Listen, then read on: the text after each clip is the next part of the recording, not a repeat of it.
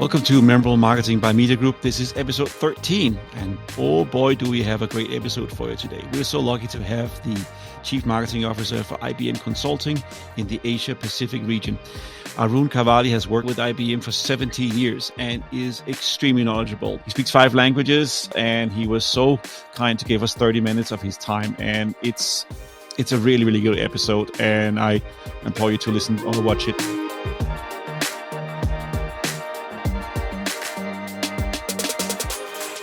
What are they asking for, and how do we inject ourselves along the journey and make ourselves relevant? So Arun, thank you so much for joining us on our podcast. It's a pleasure to have you. It's a pleasure to be here on your podcast. Thanks for having me, Thomas. So you have a quite important and impressive accolades, but the one I'm most curious about, you said you speak 5 different languages. Can you explain what those 5 languages are and why? Sure, I think the why is probably easier, so I'll take that first.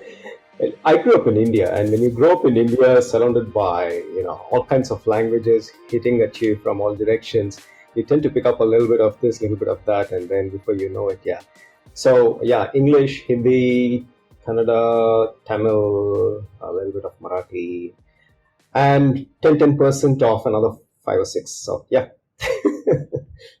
All the CMOs out there, they want to build more sales and build a better brand. What are the 3 things most important, the things that they should focus on, in your opinion? Sure. Look, so I speak to quite a few young marketeers as well as senior professionals, and a lot of conversations are also with business leaders, and a few things that sort of surface up in terms of what could marketing do better to drive greater impact.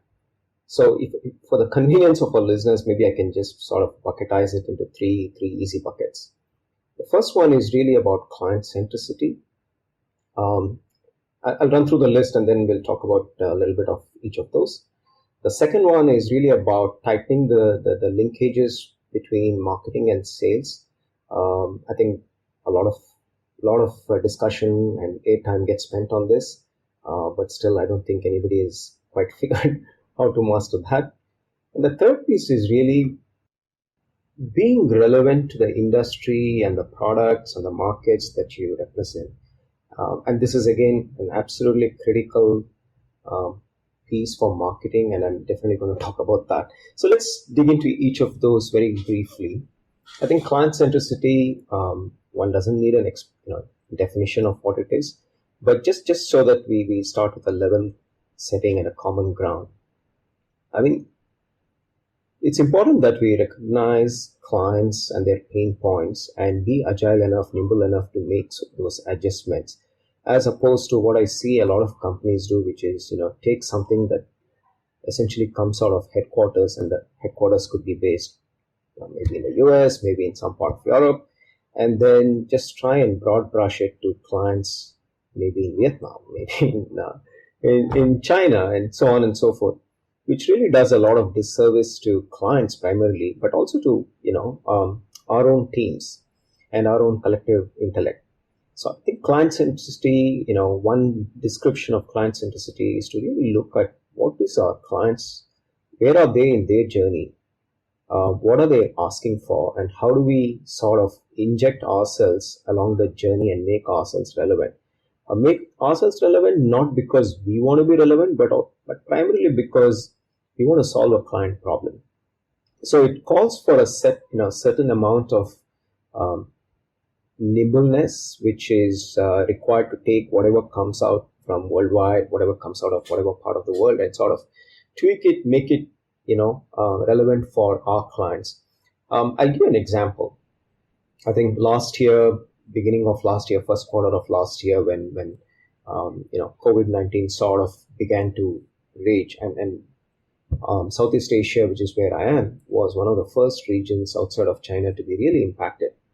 And we spent the last 20 years talking about the world is flat and borders are immaterial, and you can have global supply chains and all of that. But those things actually came back to bite us, right? I mean, you had supply chains which had to cross borders, and borders were getting sealed.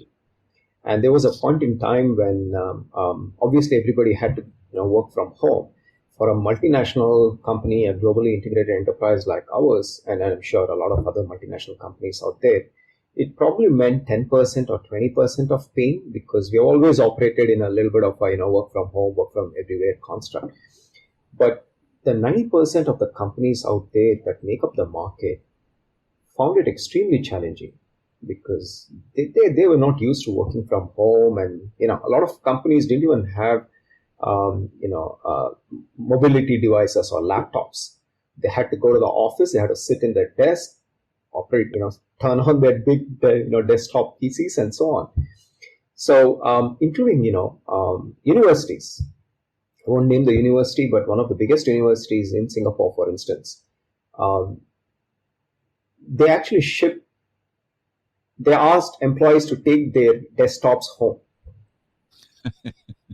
Okay, so you can imagine. Yeah, I mean, it's just, apart from the hassle of shipping or carrying the hardware, it still doesn't address the software.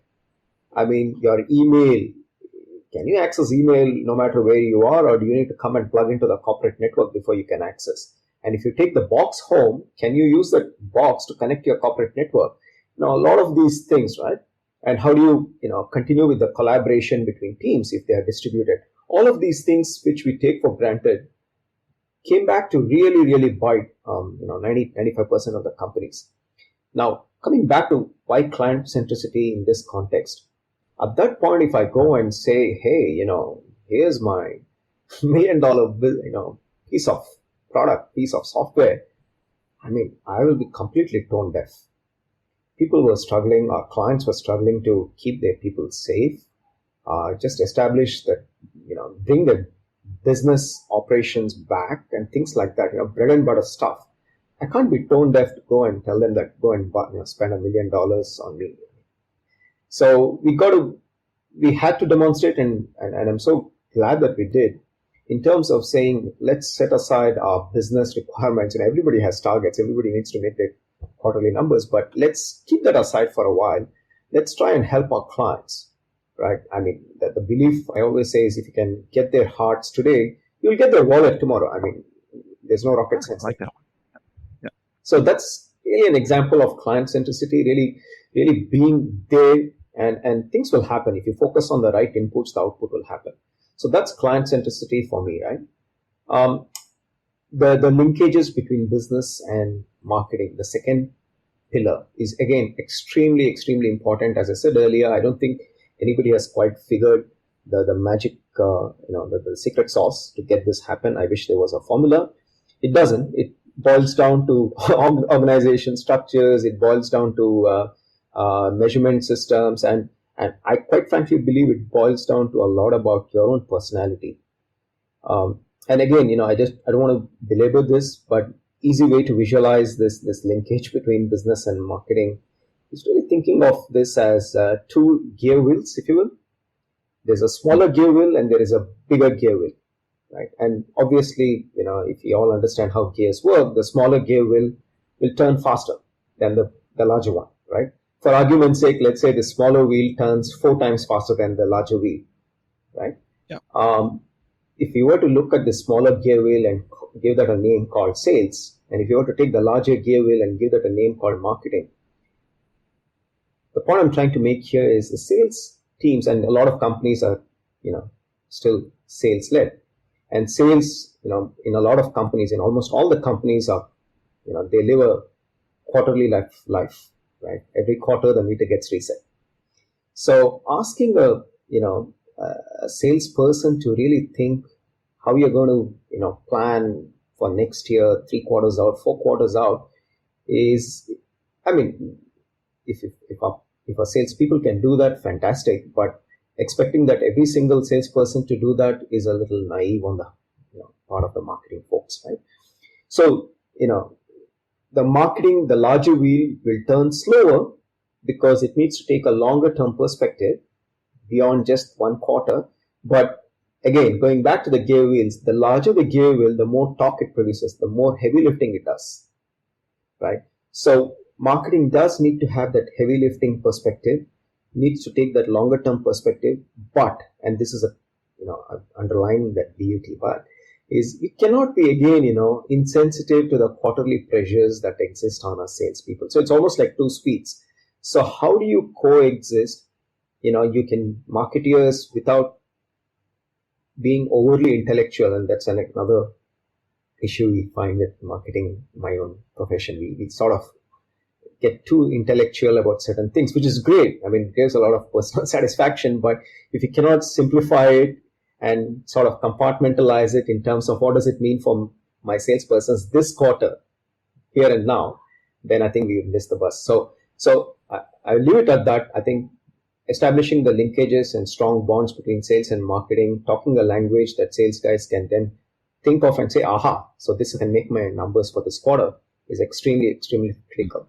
The third piece is really about being contextually aware and on top of the industry or the market or the products that you're selling. Again, I always say this: if we behave the same, irrespective of whether you're marketing a soap and a detergent or a piece of complicated software or whatever falls in between, then marketing is quickly making ourselves obsolete. We are becoming a back office. How are we any different from, let's say, a payroll function? How are we any different from a tax function? I mean, which is really a crime, if you ask me, Thomas, because the first person that touches a client, even before the salesperson does, is our marketing. I mean, our marketing communication touches the client even before the salesperson calls on them. So if we have to act on that power, that privilege, instead of relegating ourselves to becoming a back office. And it will become a back office if we behave the same, if we stay marketing loyalists instead of really playing a part within the industry that we are. I will leave this piece at this, but you can immediately see the linkages. There is a common bond that ties all three things. You cannot have client centricity unless you understand the client. Thank you so much, and a very good symbolism. I like that for using for the various things. So that's a pretty good answer. So what do you mean by becoming too intellectual in a marketing process? Do you want to simplify it? Do you want to make it less intellectual? What do you mean by that? So I think when I refer to being overly intellectual, it can take the form of a couple of dimensions. One is from a timeline perspective. The other is from the complexity of a campaign construct perspective. So let's talk about each of them, right? I think from a timeline perspective, it's fairly self-explanatory, since we also spoke about it earlier. I cannot say I'm going to build something that will deliver results. It's so complicated. It will do all these magical stuff, and then at the end of 6 quarters, it will give you $1 million. Salespeople are not going to look at you and take you any seriously. So we got to simplify that into a language that makes sense. That's from a timeline perspective, the simplification. More critically, I think it's from a campaign build-up and a construct perspective. We often think of, I'm going to go after target audience, this, and then first I'm going to offer them this piece of content, and then there are people who respond and there are people who don't respond. For people who respond, I'm going to take them here, and then they will get this, and then I'll take them here. I mean, it's so complicated that, it's almost like, again, I have a background in math, so I'll probably use some mathematical examples. If we understand probability, right? I mean, it's this is like 100% precise solution, super intellectual solution, which has 0% probability of execution, versus a 60% imperfect solution, which has 100% probability of success. You can do the math: 100 into 0 versus 60 into 100. So, what would you take, right? So this is what I mean by, let's not over intellectually kill the execution. Let's keep it real, as long as we can execute it with greater alacrity. That makes sense. And I also really like the analogy about the wheels, the small wheel and the big wheel, and how they turn together and how they have to rely on one another. Right? It's a great way of looking at it. When you talk to company leaders, what are their biggest marketing challenges or obstacles to succeeding, and how should they overcome this? What are you out there talking to a lot of people? So I think a couple of things that we already spoke about, Thomas. One is to really act within the context of where the business is, rather than trying to operate completely in isolation. That's an absolute non-negotiable to me. You've got to be rooted in the context of the business you're operating. The second piece really is this whole aspect of again, we spoke a little bit about this, which is about being profession loyal versus industry or customer loyal, right? I think we spoke about that a little bit earlier. I'll give you an example. Over the last 10 years or so, we had this new swim lane that was created called digital marketing, and it was a swim lane because if you saw what happened, most companies created a team called digital marketing, and they operated in isolation to the rest of marketing. It's almost like saying digital marketing is a separate beast, the rest of marketing is a separate beast, right? To take a more liberal view, probably, more generous view, probably, initial days, because it was a skill that did not come naturally to a lot of people in marketing. You wanted to create it as a separate function, and hopefully over a period of time, the skill set sort of permeates across the rest of the marketing organization. Fair enough. But I still see a lot of companies continue to operate it as a separate swim lane. One swim lane became two, became three, but nevertheless, it's still, swimming pool divided into two halves, right? Which is, to me, it just doesn't bring the full power of marketing, in pursuit of business goals. And then if you look at how some certain digital marketeers talk, I have nothing against them. I just got to be very clear, because I have people in our team who are proficient in digital. They are specialists, but all of us consider ourselves as digital and face to face. Honestly, that line itself is a little irritating, if you will, because there are horses for courses. Parts of the client journey, customer buying journey happens on digital channels, and certain parts happen on face to face, and so on and so forth. So really drawing a line is a little silly, if you ask me. But I see a lot of people talking about clicks and responses and impressions and CTR and so on and so forth, to the exclusion of the end objective, right? What is the end objective? You want dollars from clients, right? And then that's the extreme right hand side of your chart, right? And then you work backwards from right to left, right? So to get those many dollars, what kind of pipeline you need to get those kinds of pipeline numbers, how many MQLs or responses, and therefore, how many impressions and views and all of those nice things, right? So we got to start from the right side and work our way back to the left. But very often I see we start from the left and stay at that, right? So if you go and talk to a business person or a salesperson and say, so many clicks and impressions and all that, in the context of the business that this person is running, does it even make any sense? So we got to be less of a profession loyalist and become more rooted in the business. So that's the second piece that I wanted to talk about. And the final piece is, I see this happening increasingly of late, which is about metric myopia. Just because we have the ability today to track a whole lot of metrics, how many people clicked, what part of the web page had how many visitors, and how, all of those nice things. These are tools. Again, we cannot be lost in the tools. It will just paralyze us. But I see us getting stuck in, because we can measure something, we change our process around what we can measure as opposed to measuring what makes sense. It's almost like a tail wagging the dog, right? It's not necessary that, first of all, it's arguable that you even want to measure a lot of things. Why would you want to measure a lot of things? Every impression does not need to lead to dollars, right? But if you let that define who you are and what you do, then again, you're shortchanging yourself. Customers, actually are fighting back, right?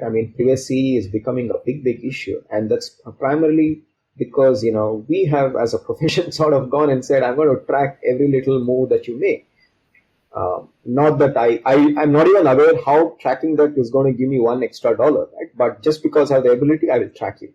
So some of these things, metric myopia, I think it's time we sort of left back and probably go back to the primary mission of marketing, which is really to understand customer needs, the segmentation, and then offer them in a way that's more permissible. I like that. That's a good way of looking at it because we do get lost. There's so many things we can track. There's so many numbers. There's so many. This data over here means this data might mean that, and then this data mean that. I agree with you. It's so easy to get lost, and also you can just sit and analyze till you're blue in the face, but it doesn't change the objective. I like what you said before about having a big goal. You set the $1 million, right? So going back to good old JFK, he said, we're going to put a man on the moon at the end of the century, right? That's the goal. And now you figure out how to do that. By having this bold vision of something that is nearly almost impossible, you can work your way backwards. So thinking about that as an end goal as opposed to start with the front and reset to the left where you can start building and see what we can do, how many clicks we can get. I like that. So thanks for that. Thank you. How is cloud analytics and AI changing the landscape for marketing in your opinion? Sure. I think one could look at each of these pieces of technologies in isolation and you can still paint a picture of value generation and value creation. But the real power is, it's like that. You got to look at the elephant rather than describing it in 5 different ways, right? Because if you describe it in 5 different ways, it still means you're a blind person, right? So I think the power really is when all of them come together. Clearly, because of technologies like cloud, you don't need to be in one room, right? I mean, you could collaborate across, irrespective of where you are, which also means that if you have a fantastic creative person sitting in New York, for instance, and then you have a fantastic content person sitting in New Zealand, for instance, and you are, let's say, the field marketer solving for a client in, let's say, Singapore. The power of technology is you can bring all of them into into some sort of a design thinking. There are tools like Mural, for instance, all of them underpinned by cloud, which powers this collaboration, right? So I think that is a beautiful. I think we are so lucky to be at this point in time where we have all of these tools available to us, which really takes away the barriers and limitations of geography. So that's one way of looking at it. I also want to offer a perspective around what I see as the evolution of marketing or the cyclical changes that I see in marketing and how technology plays a role in it, particularly AI. I think if you look at maybe about 30 years ago, we used to be, we meaning the marketing profession, the industry used to be more of email marketing. So database marketing was all the rage, right? We used to sell, even before email, let me go back, the Reader's Digest days. I'm sure you remember the Reader's Digest days. It was all about postal mails, right? They ran a fantastic marketing operations, right? Reader's Digest and his business reply envelopes would be sitting on everybody's desk. Every month it would come and land up. And they ran a fantastic operation. It was all about database. And that obviously evolved into email marketing, again, driven out of database, right? And then we had a period of time where we had fantastic ad campaigns coming out. I think late 80s and early 90s. We had some amazing advertisement campaigns, TV commercials that came out, right? So you can see where I'm heading here. We went from science around database marketing. We went towards art, which is about advertising and talking about connecting with customers at their emotional moments. And then we had digital marketing, which came and sort of reclaimed the narrative from the art and made it into a science. So we are probably in the midst of this science rules over art cycle. But if you look at what AI is doing, a lot of things that we talk about, metrics and the science of marketing today can be done a lot better by AI, including things like, testing out your messages. We used to do this A/B testing, right, as part of the science of marketing. Today, AI can do that, right? You can fill a piece of copy and put it through an AI engine, and then the AI engine will say, hey, analyze the tone and say, okay, this sounds optimistic, this sounds very diffident. What is the predominant emotion that the piece of content conveys? So you can quickly do this. So you don't even need to put out 2 versions out there, wait for a period of time, wait for the market to soak it up, and then know, okay, so this is what it says. You can do this, instantaneously by feeding it into an AI engine. So the point I'm trying to make here is parts of the science that humans are now driving can probably be done faster, with more precision, um, by AI, which means that if the science aspect can be done better by AI, probably we go back to becoming more art-led. So it's I'm going to happy be to a hear that. cyclical. Yes. Yeah. Yes. Okay. So more back to what the humans can do best, which is the art, the expressions, the emotions, the feelings, the connections, and let the AI do the more the scientific part. That I like that. That's good. Thank you. Giving me hope. All right. I know you have to run soon. Can we have time for one more question? Okay. So what are the biggest marketing challenge for you over the next 5 years? What do you see is on the horizon? I think a few there, and again, I'm not speaking for my employer or personally for me, but I think, um, just to open the envelope a little bigger, right?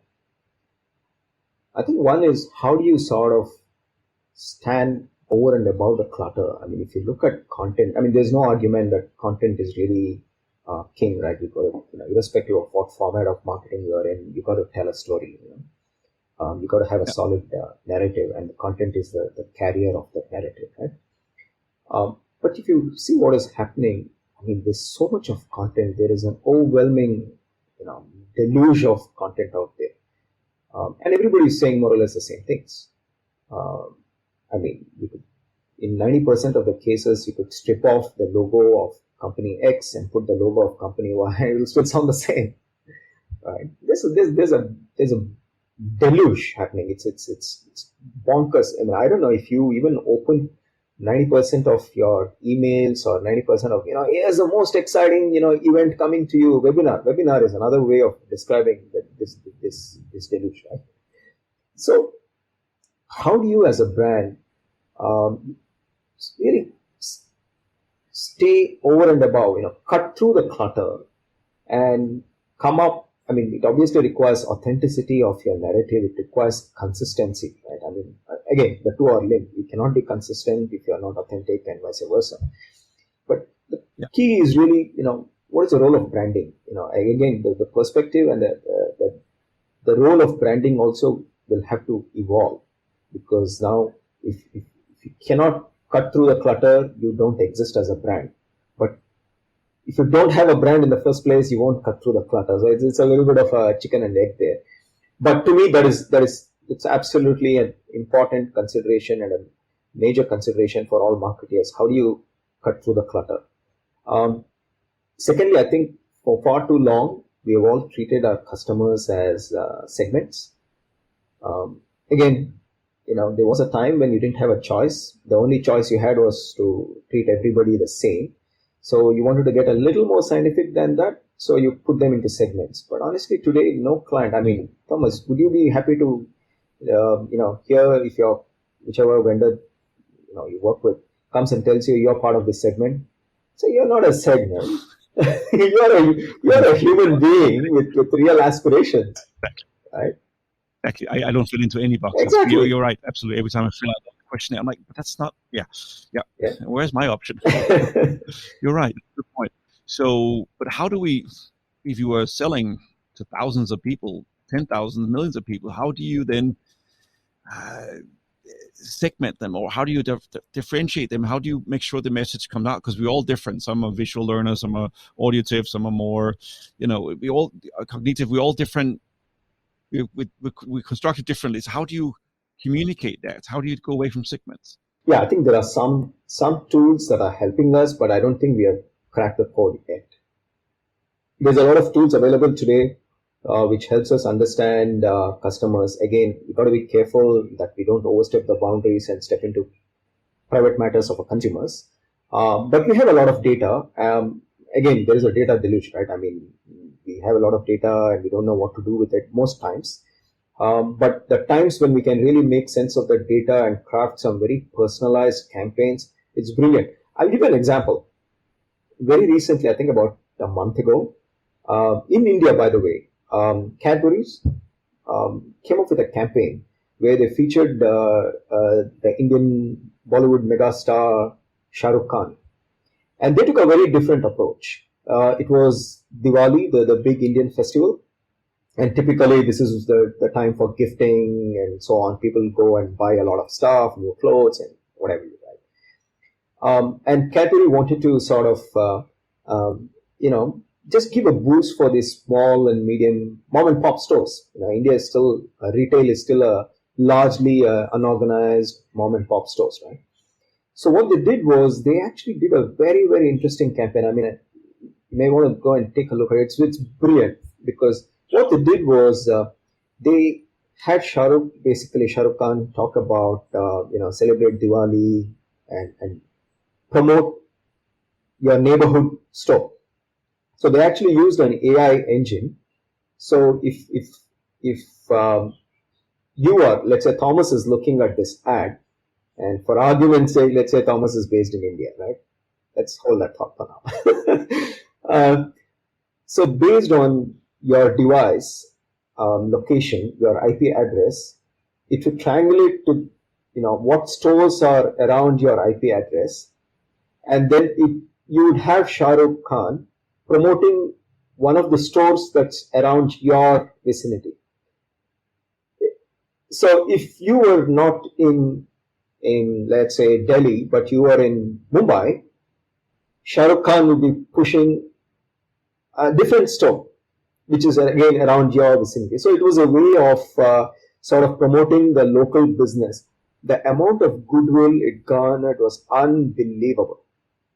And again, this is a brilliant way of capturing the imagination by taking control of technology and applying it in ways which create, this is really customization at scale.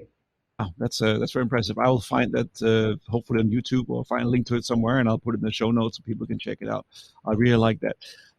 Thank you so much, Arun. Thank you for taking the time. I know you have to run. I promised for half an hour, and I think I kept you a little bit longer than that, so I will keep my word. Hopefully I can come back to you another point. We can get you back on the show another time, but thank you so much for taking your time and talking to us. Thank you, Thomas, for having me. I really enjoyed our conversation. Thank you very much. Cheers.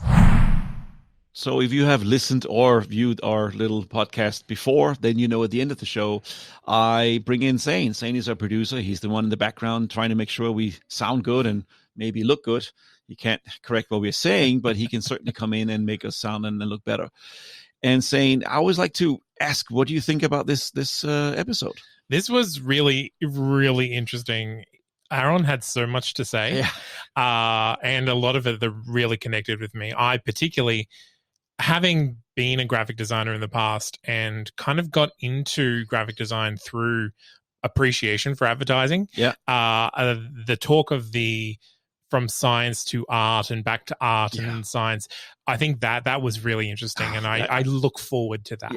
It made me more happy. It's true. We have turned more scientific in our approach. So this whole data mining and analytics and just trying to understand all these nuances. We're so focused on the science, we forget about the art. I really like that. It gave me a little bit of hope. It made me happy. And I guess what also he said about the metric myopia is like, because we have the ability to track everything, we track everything, whereas we really need to know what we should track and just track the things that matter rather than spending time and energy tracking things that don't actually impact the relationship with the customer. We're so obsessed with data. We have all this data we don't use. It's just sitting there. These terabytes and gigabytes of storage, just data.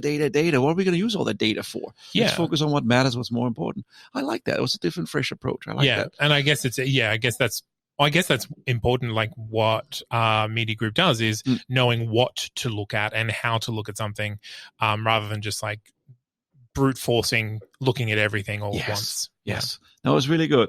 I also liked he talked about how the sales department and the marketing department, how they operate at different speeds and different, whereas the salespeople are very focused on into the quarter and meeting the sales targets, where the marketing people are thinking more long term, and how to get those two departments to be more align with each other. His metaphor of the gears made a lot of sense to me, because the marketing department does have to do the heavy lifting and let the sales department move at a faster speed. And if they are connected in the right way, they will drive each other. But I think, if those two departments ignore each other, then they're not going to push each other further on. They're just going to move at their own pace, move at their own speeds. Absolutely. Yeah.